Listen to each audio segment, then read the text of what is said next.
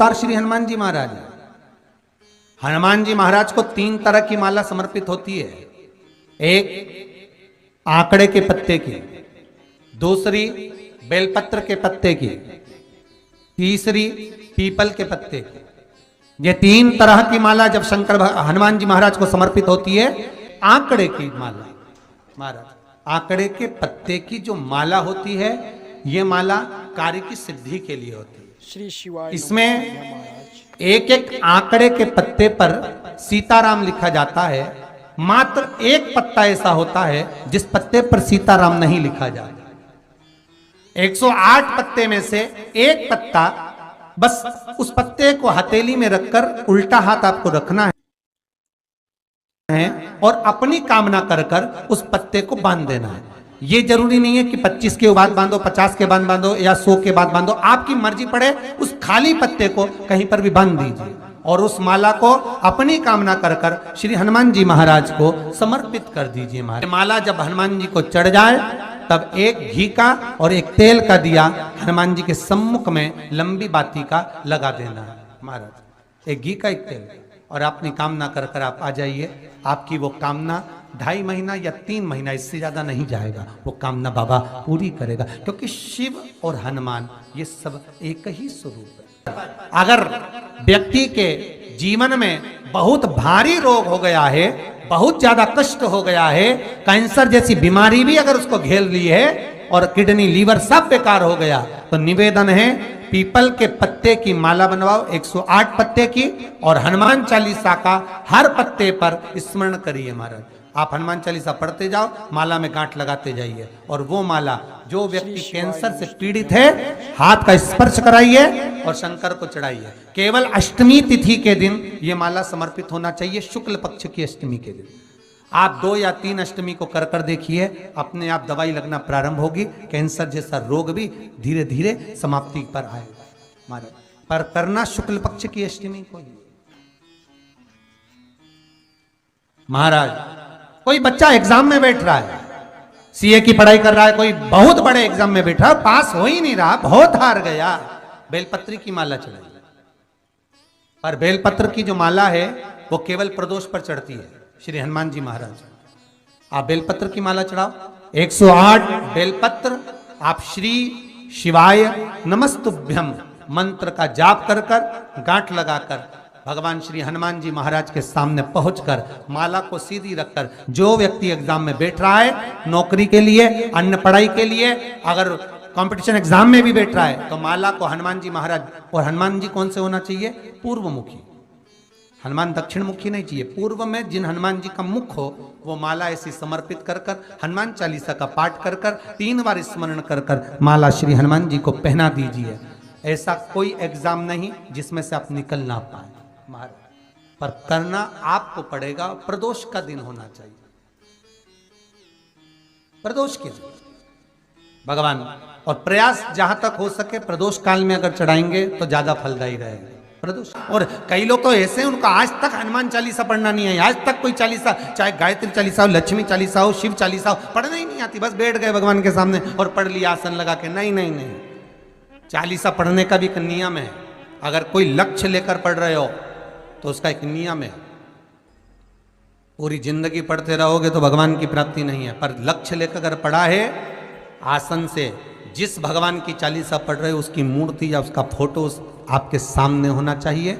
एक घी का दिया, अगर हनुमान चालीसा पढ़ रहे हो तो या तो घी का दिया जलाओ, वो भी गाय के घी का हो, भैंस के घी का मत जलाना। हनुमान जी कभी प्रकट नहीं होंगे भैंस के घी से। घी का दिया लगाइए अगर चालीसा का पाठ कर रहे हो हनुमान जी का। और बहुत ज्यादा संकट है, बहुत ज्यादा परेशानी है, तो हनुमान चालीसा का पाठ करो तो तिल्ली के तेल का दिया लगाओ, काली तिल के तेल का दिया, तिल का तेल का दिया हनुमान जी के सामने आसन बिछाकर। बहुत तकलीफ है तो 3 पाठ प्रतिदिन करो, और एक आसन से जितने समय 9 बजे अगर आप बैठते हो पाठ करने तो 9 बजे ही बैठना है। 11 दिन तक प्रतिदिन 3 पाठ रोज करो। एक पानी का लोटा, कलश, तांबे का जल अर्थात तांबे का लोटा हो, स्टील का लोटा हो, तुम्हारे पास जो कलश हो, उसमें जल भरकर एक सिक्का उसमें पटक कर, एक लौंग पटक कर प्लेट से ढक कर रख दो और प्रतिदिन बस टाइम पर बैठकर पाठ करो। 11 दिन पूर्ण होंगे, जिस कामना से आपने पाठ करा है, बस वो सिक्का, वो लौंग कलश में से निकाल लो, जल का आचमन करो और जिस काम के लिए करा है वो जल उस प्रयोग में ले लो। उस प्रयोग, किसी से बात करने जाना है तो वो जल पी कर जाइए, कोई से हाथ मिलाना है तो वो सिक्का, वो लौंग अपने हाथ में रखिए, अपने साथ रखिए। कई लोग कहते हैं हम तो बहुत दिनों से हनुमान चालीसा पढ़ रहे हैं, हम बहुत समय से राम रक्षा स्तोत्र का पाठ कर रहे हैं, हम बहुत समय से ये कर, अरे तो उसको नियम से तो करो। हनुमान चालीसा का प्रागट्य केवल एक दिल से की गई स्तुति, हनुमान जी महाराज की स्तुति, राम जी महाराज की स्तुति तुलसीदास जी ने केवल दिल से करी थी, केवल मन से। और ये नहीं कहते कि हनुमान चालीसा पढ़ोगे तभी भगवान, नहीं नहीं, आप दिल से अगर भगवान को पुकार लीजिए, आप दिल से पुकारो उसको, वो आएगा। नियम है महाराज, बहुत ध्यान दीजिएगा। पंचमुखी हनुमान का एक स्मरण, पंचमुखी हनुमान का एक भाव। महाराज, जैसे बहुत ज्यादा तकलीफ अगर व्यक्ति को हो गई है, बहुत कष्टमय जीवन चल रहा है, हार गए हर जगह से और तकलीफमय जीवन चल रहा है, तो पंचमुखी हनुमान का एक शिव महापुराण का और स्कंद पुराण का एक बड़ा सुंदर मंत्र है। उस मंत्र को आप सब एक बार हमारे साथ में बोलें। ओम नमो हनुमते रुद्र अवताराय सर्व शत्रु संहारणाय सर्व रोग हराय सर्व वशीकरणाय रामदूताय स्वाहा। बस इस मंत्र को हाथ में काली तिल लेकर, एक जौ लेकर और गूगल लेकर, थोड़ा सा उसमें गाय का घी डालकर, कंडे को या अग्नि को जलाकर इस मंत्र का 11 बार 21 बार जाप कर कर अपनी कामना कर कर छोड़ दीजिए। कैसा भी रोग हो, बीमारी हो, कष्ट हो, दुख हो, तकलीफ हो, 21 दिन के अंदर वो आनंद आना प्रारंभ कर देता है। इस मंत्र, स्कंद पुराण का, शिव महापुराण का ये मंत्र मूल पंचमुखी हनुमान सुख देंगे। और एक और चीज याद रखिए हमारा, यदि कोई काम के लिए जा रहे हो, कोई व्यापार के लिए जा रहे हो या नौकरी करने के लिए जा रहे हो और लगी नहीं रही, बहुत तकलीफ पा रहे हो, सर्विस ही नहीं लग रही, बहुत कष्टमय हो गया, तो निवेदन करूंगा 5 पीपल के पत्ते पर बेसन के 5 लड्डू घर में बने हुए, गाय के घी के 5 लड्डू रख लो, उस लड्डू के बीचों बीच एक आटे का दिया और उसमें तिल्ली का तेल डालकर इसी मंत्र का प्रयोग कर कर पंचमुखी हनुमान का किसी भी हनुमान के मंदिर में जाकर, दक्षिण मुखी हनुमान के मंदिर में जाकर उसको रख कर आ जाइए। इसके बाद आप उस काम के लिए जाइए, आपका काम सफल हो जाएगा। आपको किसी को नहीं कहना पड़ेगा कि हाथ जोड़ना नहीं पड़ेंगे, किसी के पांव नहीं पड़ना पड़ेंगे, तुरंत काम होगा।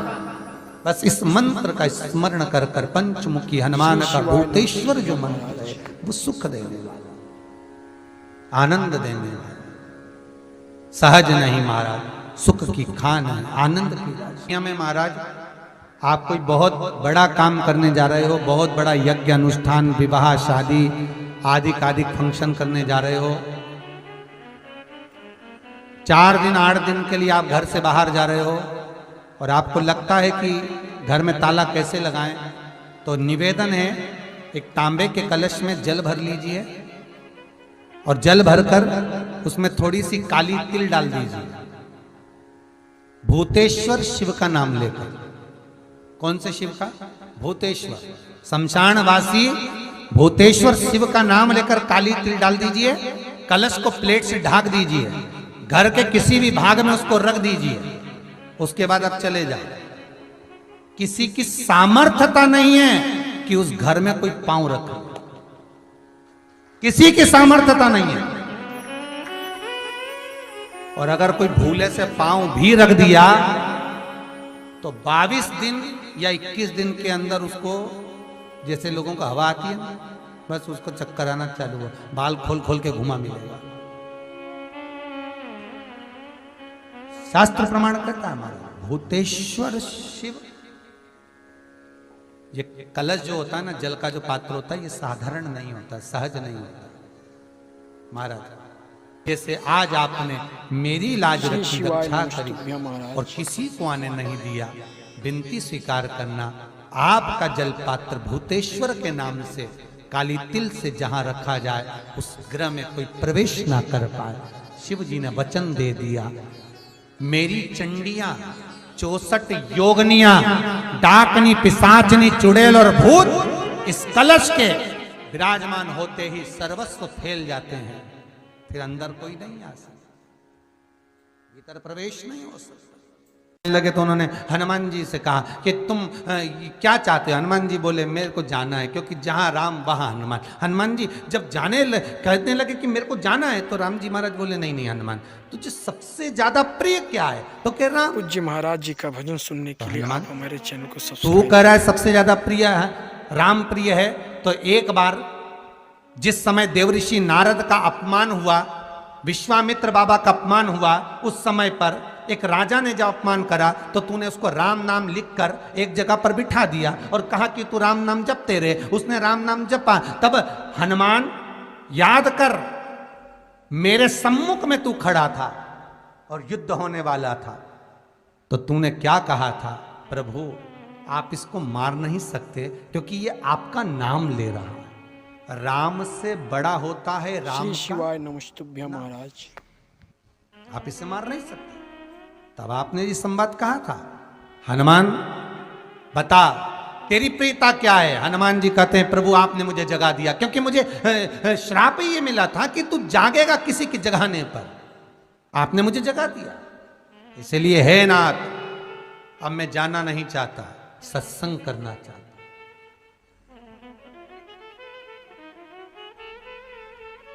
श्री राम जी का चरित्र है। अब मैं सत्संग करूंगा, भजन करूंगा, नाम जाप करूंगा। पर राम जी जानते हैं हनुमान से कहा, हनुमान मेरा जाने का समय आ गया, मुझे तो जाना पड़ेगा ना। सीता पृथ्वी में चली गई, मुझे भी जाना है। मैं सरयू के जल में अपने प्राणों को त्यागूंगा, मानव का शरीर है, इसको त्यागना तो पड़ेगा ना हनुमान। हनुमान जी बोले तो त्याग दो, त्यागने में क्या दिक्कत है, त्यागो आप तो। पर दिक्कत एक बहुत बड़ी है। तो राम जी ने जैसी कहा दिक्कत बहुत बड़ी है, तो हनुमान जी पूछे ऐसी कौन सी दिक्कत है?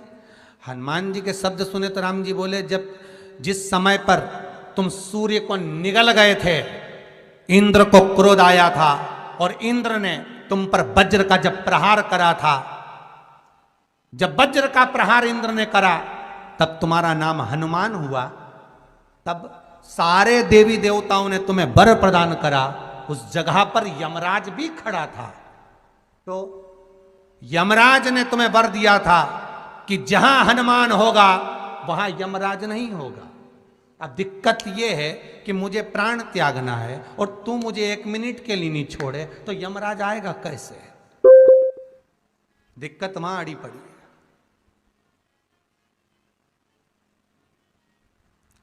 हनुमान जी मुस्कुरा के बोले राम जी महाराज से, प्रभु मैं आपके बिना रह नहीं सकता। तो राम जी बोले मैं भी जानता हूं कि तू मेरे बिना नहीं रह सकता, पर एक काम तो कर सकता है ना। क्या? मैं अगर कोई काम बताऊंगा तो तू करेगा कि नहीं करेगा? हनुमान जी बोले आपका काम और मैं ना करूं, ऐसा कभी हुआ है? जरूर करूंगा। ठीक है। बस अब राम जी महाराज ने सोच लिया कि हनुमान को जाने से पहले काम पर लगाना। अब वो कौन सा काम था? बोलो रे भाई। हनुमान जी को कहां काम पर लगाया राम जी ने? किस जगह पर काम पर लगाया? अरे सभी ने रामचरितमानस सुनी है, खूब सुनी, जल्दी बताओ। राम जी महाराज ने प्राण त्यागते समय, सरयू जी में प्राणों को देते समय, राम जी ने हनुमान जी को किस काम में लगाया था? कि राम जी ने अपने हाथ की एक मुद्रिका जिस पे राम लिखा हुआ था, वो मुद्रिका एक अयोध्या की एक सरंग में जमीन में डाल दिया और हनुमान से कहा जा जरा ढूंढ के लेके आ, मैं अभी घूम कर आया। और हनुमान जी तलातल रसातल भूमि के नीचे पताल में चले गए उस मुद्रिका को ढूंढने के लिए जिस पे राम लिखा है। और हनुमान जी पूछते भी जा रहे हैं राम कहाँ है, राम की मुद्रिका पड़ी थी, राम की अंगूठी है। अब राम का ही सत्संग करते करते जा रहे हैं और राम जी चले गए सरयू, क्योंकि हनुमान अगर होगा तो यमराज नहीं आ सकता। हनुमान को यहां से हटाना पड़ेगा तब यमराज लेने के लिए आ सकता, तब यम आए। और क्योंकि यम अपने नियम को धारण करेगा, चाहे कृष्ण हो चाहे राम। वही बात फिर याद कर लीजिए, अच्छा कर्म करिए, कर्म का दंड तो भगवान को भी भोगना पड़ता है। अगर कोई अदालत में केस चल रहा है, बहुत बड़ी समस्या में आप पड़ गए, बहुत बड़ा टेंशन बिल्कुल आकर खड़ा हो गया है, तो चंदन, एक लाल चंदन बाजार में मिलता है, पूजन वालों के यहाँ पूछना, लाल चंदन आता है। वो लाल चंदन को घिस कर उसमें थोड़ा सा तिल्ली का तेल डालकर महाराज हाथ में चंदन को लेकर शिवलिंग पर लगाएं और बड़ के पेड़ के नीचे, बड़ के जड़ में जाकर बटकेश्वर महादेव का नाम लेकर उस चंदन को लगाएं। उसी चंदन का हाथ किसी रुमाल पर लगा लीजिए और उस रुमाल को जेब में रखकर कोई बहुत ज़्यादा दिक्कत और परेशानी है उस स्थान पर उसको लेकर बैठ जाइए। मन को भी शांति होगी, कार्य भी सफल होगा और सफलता प्राप्त होगी। बस तुमरुका जी का नाम का उसमें स्मरण करना है, कोई सहज नाम नहीं है। फिर निवेदन करूंगा, नारी अगर बच्चे को जन्म देती है और बच्चा 4 महीना 6 महीने तक गर्भ में रहता है, उसके बाद अबॉर्शन हो जाता है, तो एक नारियल पर, श्रीफल पर स्त्री के हाइट की मोली, मोली मतलब नाड़ा जो हाथ में बांधते हैं लच्छा, उसको नाप लीजिए और तुमरुका जी का नाम लेकर उस नारियल पर लपेट कर अपना नाम और गोत्र बोलकर शंकर जी के शिवलिंग के पास में जो जलाधारी होती है चारों तरफ शिवलिंग के पास में, वहां रख दीजिए।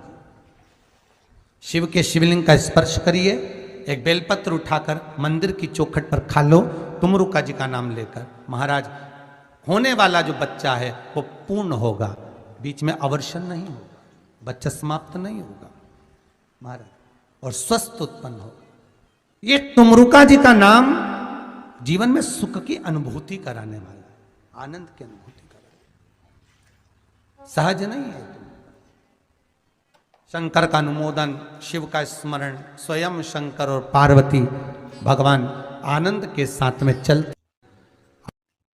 और कई ऐसी हैं जिन्होंने बांधी और तो नहीं हुई है, तो उसके लिए भी ध्यान रखिएगा। 18 साल हो जाएं, कई माताएं कहती है गुरुजी हमने सफेद आंकड़े की जड़ बांधी और मान लो संतान हुई। और कई ऐसी हैं जिन्होंने बांधी और तो नहीं हुई है, तो उसके लिए भी ध्यान रखिएगा। 18 साल हो जाएं, 17 साल हो जाएं, 10 साल हो जाएं, 12 साल हो जाएं और घर में बच्चा नहीं है, संतान नहीं है, तो प्रयास करना सफेद आंकड़े की जड़ को लेना, तुमरुका जी का नाम लेकर 21 बार शिवलिंग पे से घुमाना, रजस्वला धर्म के 7वें दिन कमर पर बांध लेना और उसी दिन से एक पीपल का पत्ता मंगवाना, शंकर भगवान पर चढ़वाना और पीपल के पत्ते को गौ माता के दूध में उसको उकलवाना। ठीक है, उकलवाकर ठंडा करवाकर पत्ते को बाहर ठंडा करने में डाल देना। दूध जब ठंडा हो जाए हथेली पर उस गिलास को रखना और भगवान शिव का तुमरुका जी का नाम लेकर उसको पीना चालू कर देना। लगभग 8 दिन 15 दिन उस दूध का पान कर कर फिर विश्राम करो। मारो, संतान की प्राप्ति अवश्य होगी, संतान अवश्य प्राप्त होगी। पीपल के वृक्ष में स्वयं मेरे भगवान शिव आनंद वास निवास करते हैं। बाबा भोलेनाथ स्वतः निवास कर रहे हैं। केवल एक पीपल के वृक्ष में कितना सुंदर लिखा पद्म पुराण में कि 52,000 ब्राह्मण का एक साथ निवास पीपल के वृक्ष में हो।